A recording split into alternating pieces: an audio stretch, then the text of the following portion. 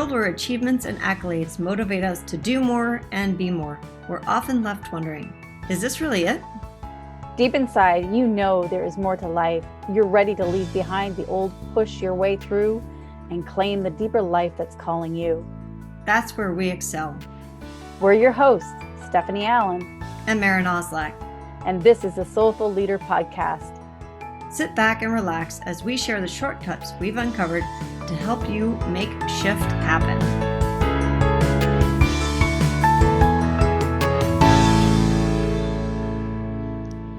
Hi, welcome back to the Soulful Leader Podcast. This is Maren and I'm here with Stephanie.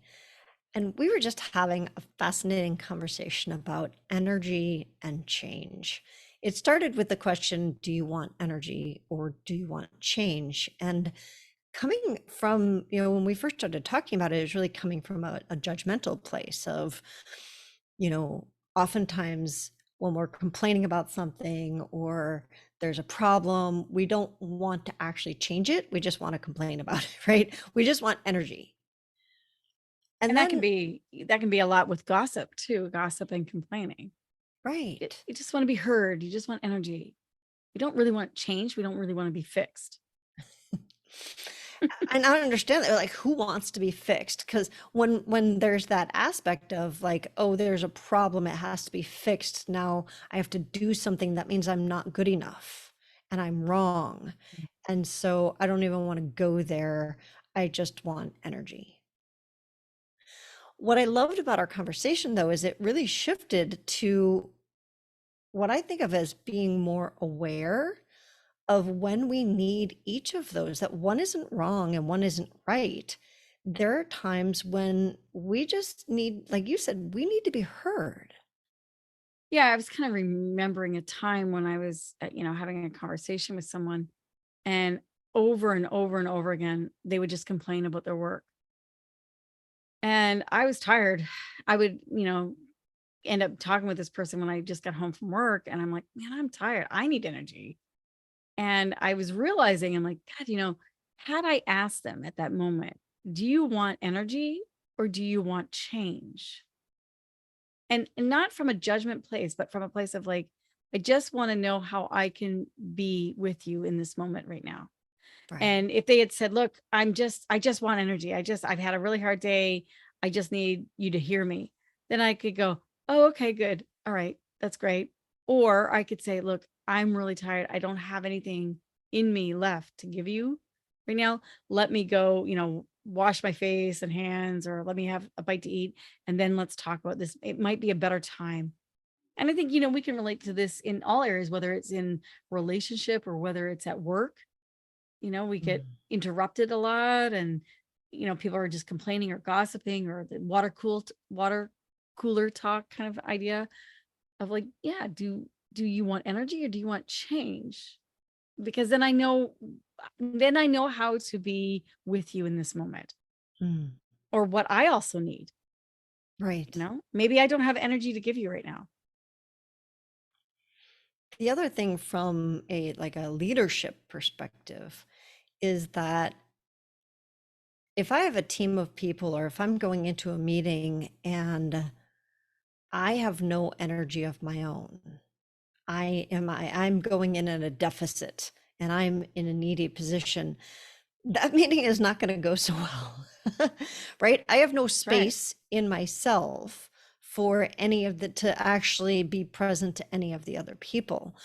So coming at this from the perspective of like, I might be wanting to go into a meeting thinking I need to change this, I need to talk to that person about this, and all of the things that need to happen to create change.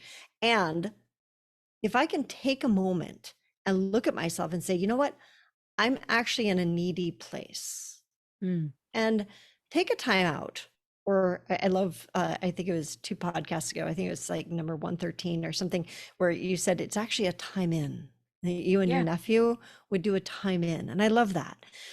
So taking a time in for yourself, which literally could be, if you have an option, go outside and stand in the grass with your bare feet and ground yourself.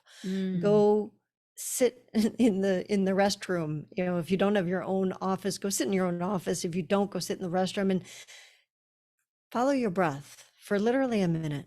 Just follow your breath for a minute. It creates space. That when we're needing energy, we don't truly get that from somebody else. We get that from ourselves.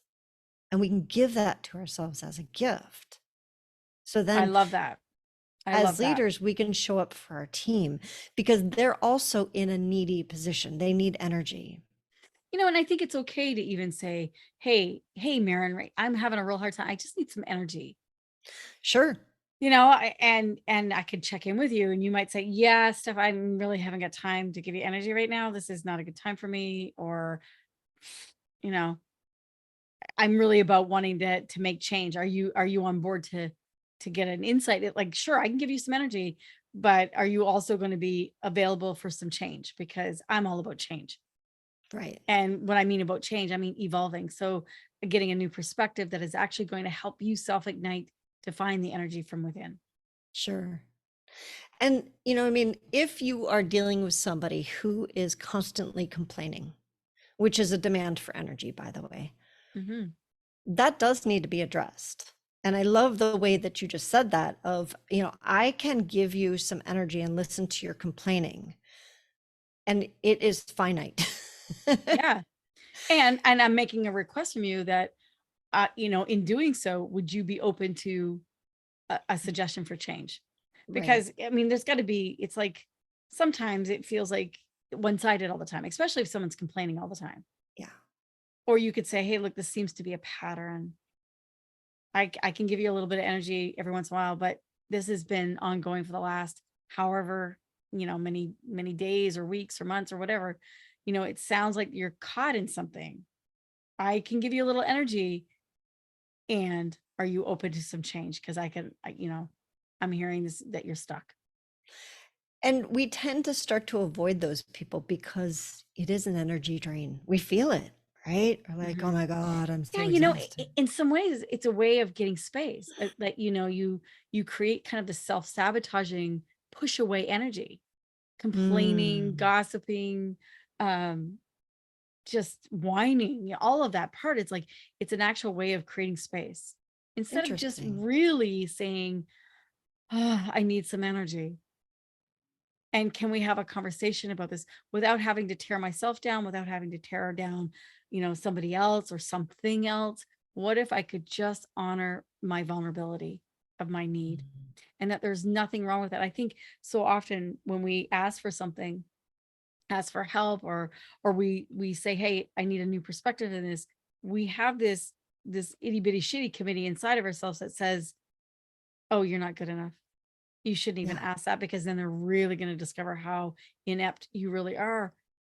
And that internally is actually taking energy from ourselves. That thought, that disempowerment is actually draining our life force.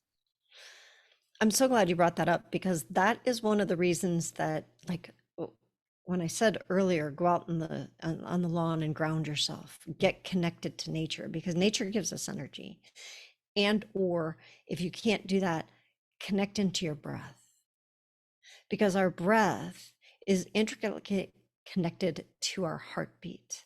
And our heart is the CEO, and that's the place where the energy is.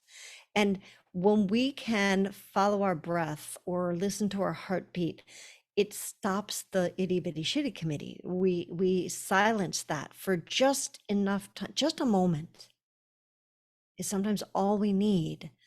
And it's like, oh, suddenly there's energy there because there isn't something, the complainer. When we say the complainer, they're usually, yes, we have them outside of ourselves. And 90% of the time, the part that really drains us is the complainer that's inside of us. Mhm. you know?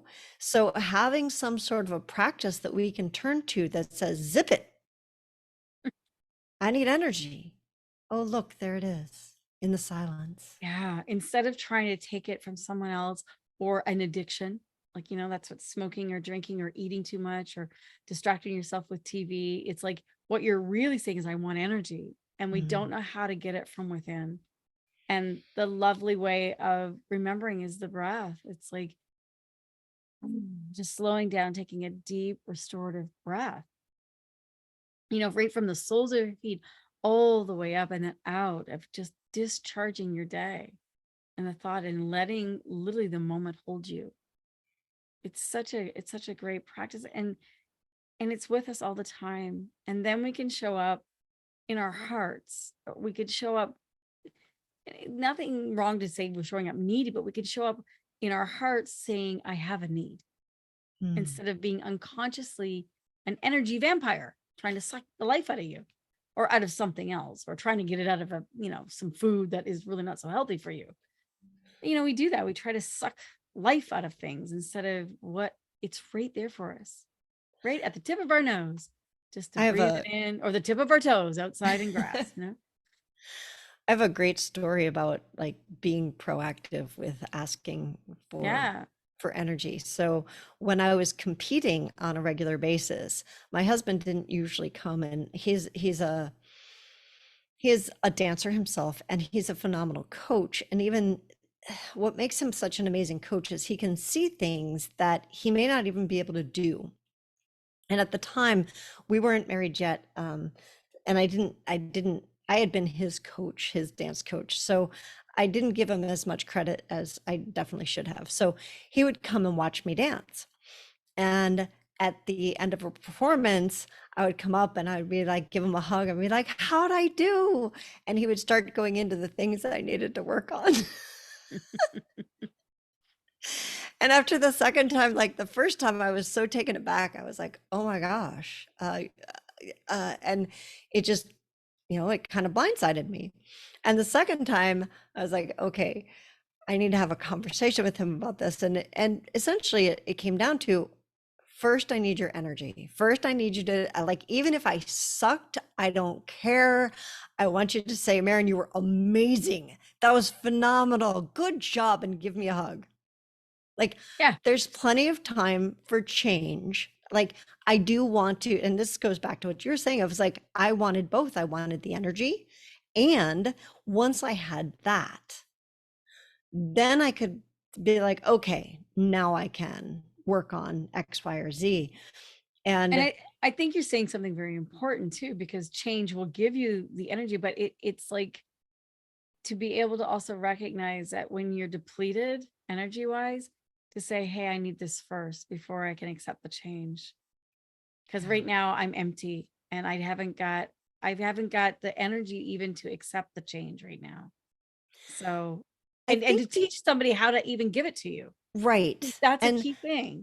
the other thing is, it wasn't so much because this can happen on a positive, like, so we've been talking about complaining and kind of that negative thing. I was on a high when I came off the performance floor.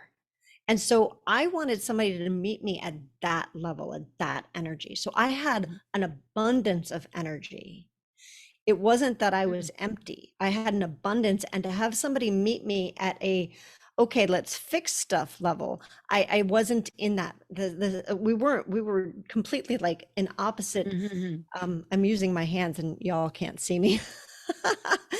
But there's a big gap between where I was and where my husband was meeting me, or my fiance at the time. And so I needed him to meet me where I was before I could go to where he was, Yeah. you know? Yeah, isn't that a key, right? Like, we want to find out where someone's at. That's a really beautiful thing. It's like, where are you at right now? So I Yeah. can meet you there. And then we can go into different places together, rather than me trying to drag you over here or you drag me over there. Mm. It's like, where's the common ground? Where can we meet? And I know some of you might be thinking, well, if you're a leader, you should just know these things. And I think that's a really hard thing, a really mean thing to say to ourselves and to each other. It's Yeah. like, no, as long as we are growing and evolving, there's always more room to improve our ability to ask for what we need. And it does Mm. change. It changes. The nuances change. And I think there's space to be kinder with ourselves and each other. Absolutely. And it does start from the more I loved this when I was dancing. I had a coach at one point that told me, the question was, well, because I did partner dancing, well, is it his responsibility or is it her responsibility? Mm. And he said, first of all, it's both people's responsibility. And whoever knows better, they fix it. And so in dancing, when you're dancing with a partner, and this is with us with life, this is us with our teams, this is us with our partners in life. When you're dancing with a partner and something goes awry, we won't say wrong, it just goes awry. There's something that comes up. Oh, that's a little different. The person who is aware of it is the one who becomes the one who's responsible for doing something about it. And I love the talking about the etymology of words. Responsible, that means you have the ability to respond. Mm-hmm. And so if I have the ability to respond, then that's what I do. And I don't dump it on the other person, because that's my place to do it, not theirs.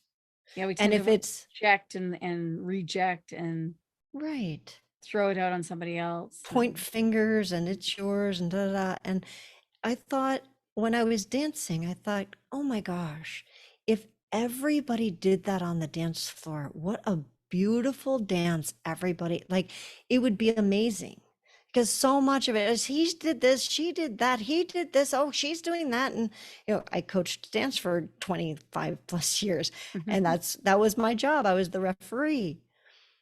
Yes, this is his job, this is your job. And I take it back to what my coach said. It's like, who is the one who is most aware?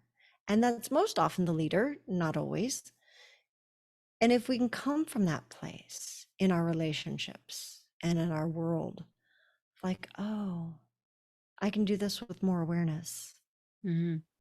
And if it isn't mine to do, how do I help somebody else to learn how to do it better and more gracefully and more beautifully? That is giving both energy and change. And there's infinite amount of energy. I think this is what we forget. We think we're limited. Yeah. You know, I mean, the whole world is energy. And it's what we put our focus and attention on.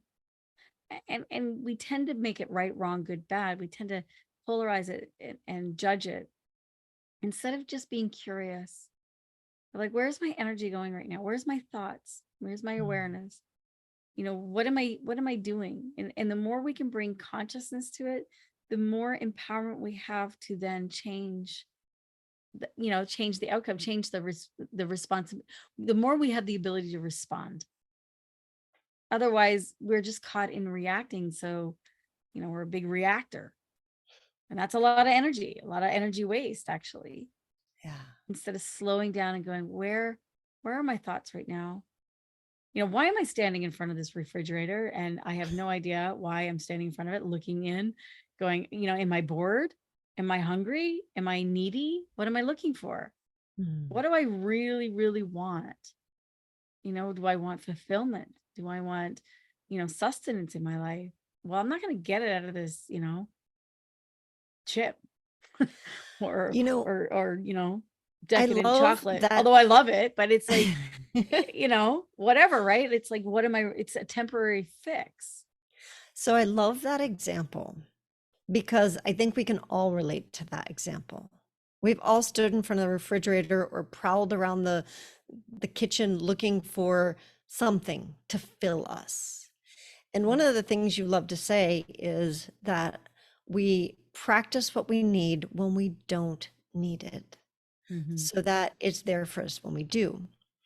So an example like that, where, you know what, it's not the end of the world if we grab the bag of chips or not. We grab the bag of chips, we go sit on the couch, we veg out because we just needed that.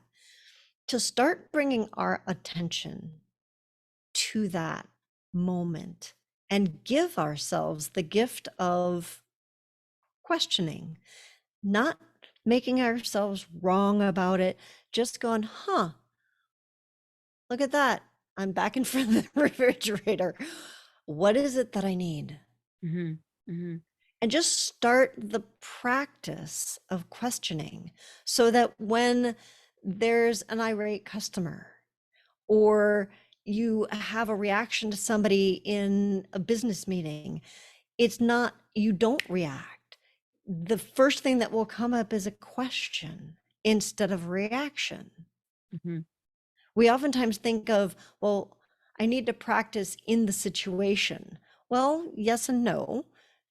In the instance of standing in front of the refrigerator or the cabinet, prowling around looking for something to eat, guess what? You are practicing in the situation because it's the same situation. There's a need, there's Yeah. an energy gap that needs to be filled. So you're training yourself. And we're not trained to know what our needs are. I'm telling No. you, we're trained to like try to discover everybody else's needs instead of, And point it and guess out to what? them. Guess what? Exactly. And guess what? You know, if you haven't done your own inward quest of who am I, what are my needs, what am I seeking, if you're not practicing that, then you will look like you're fixing everybody else and you're just avoiding what you're really needing, which isn't really helping the other person. I know that kind of back and forth a bit, but I was saying this today earlier with someone. I said, there's been over 30 years of me questing around the underpinnings of pain. Mm. So we are tend to think pain is a bad thing. It's not very comfortable, of course not. But what if it wasn't bad or wrong or good or whatever, right? What if it was just a message from the body? And if we could slow down and long enough and say that there's a need there, there's a gift there. But I'd have to practice that myself in order for me to help be present with somebody else's need. Mm. See, this is the key around leadership. It's like if we think we're good leaders because of all the outer things that we're doing, but we're not practicing it for ourselves, we're actually rescuing, we're actually fixing, and we're actually trying to help other people to make ourselves feel better. Which doesn't empower them. Right? Or yourself. And Right. so then you're getting energy, but you're not actually facilitating change within yourself or within another. That's why, we come back to Gandhi about the quote of be the change you want to see in the world, be the change that the world needs.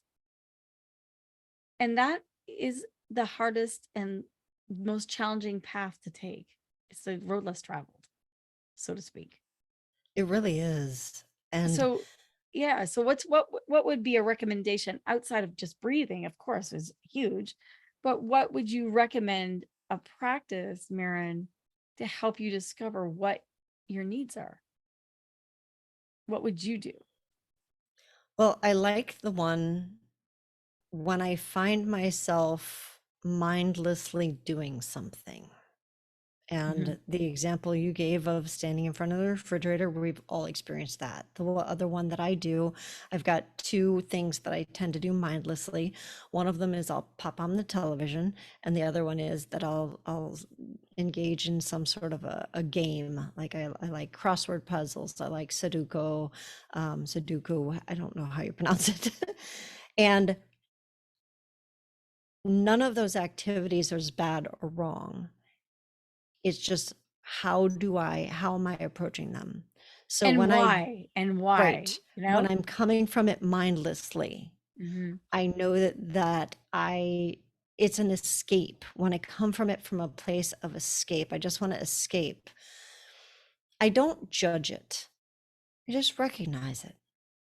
And And if it's a occasionally, consistent thing over and over and right, over again, we want to look at the pattern of that. I do. And sometimes I'm just like, you know what? I want to escape and I don't want to think about the fact that I want to escape. And so I just turn on the TV and it's fine. And I allow myself that. I think the biggest key, and this is something that I am still working with, is to stop the judgment.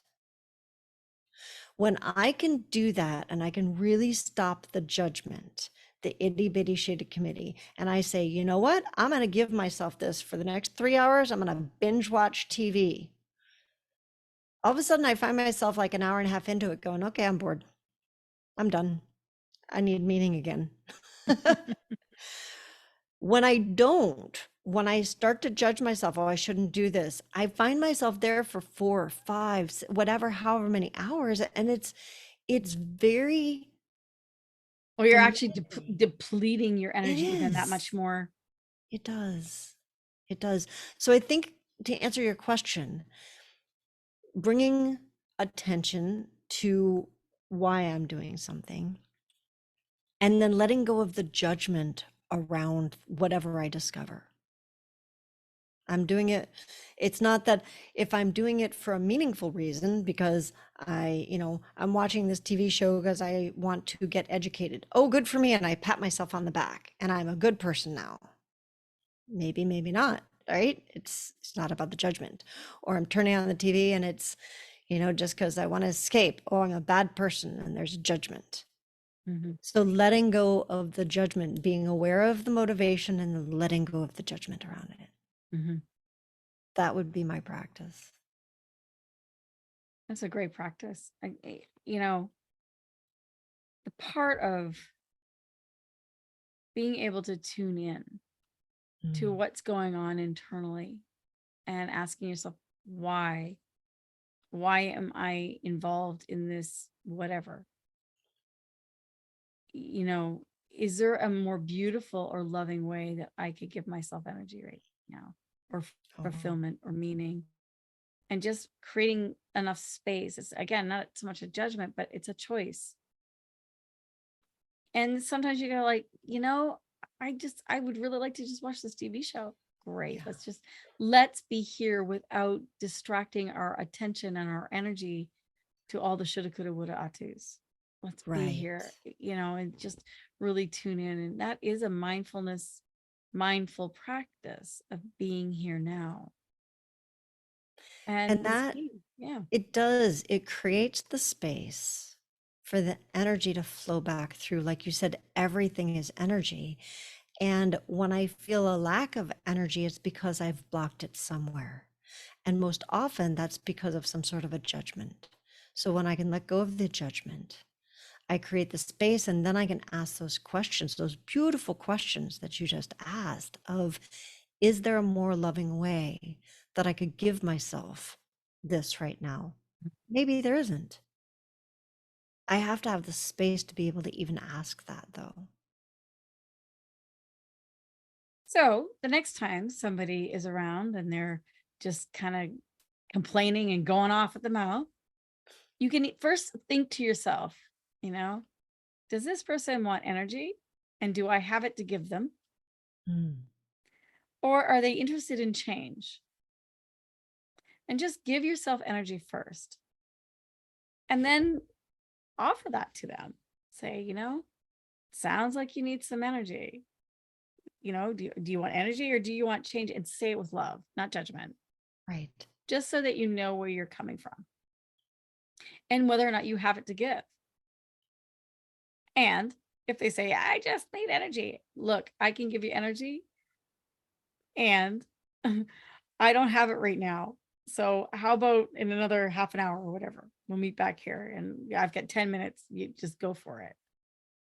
And if I'm going to listen to this, would you be open to some suggestions? If they say no, well, then that's your choice. And whether or not you want to just, you know, give them space with it, that's fine. But at least now we know it's above board. It's conscious. It's a conscious choice. And that you all might want to go back and listen to, we did a podcast on standards and boundaries. And this is directly related to standards and boundaries, is setting your standards and boundaries. So I will put links to that, to our episode 113, which was the one that Stephanie mentioned about being the change. We talked about the Gandhi quote, be the change you want to see in the world. It's a wonderful episode. So I'll put links to all of those in today's show notes. So make sure you check that out. and have fun with today's exercises. I can't wait to hear from you in either our LinkedIn group or our Facebook group at The Soulful Leaders. You can also find us on YouTube at The Soulful Leaders, and you can get our free download from our website, thesoulfulleaderpodcast.com. We'll see you all next week on the Soulful Leader Podcast.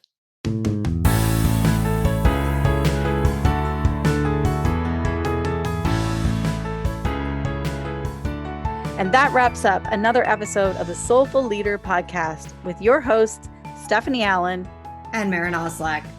Thank you for listening. If you'd like to dive deeper, head over to our website at thesoulfulleaderpodcast.com. Until next time.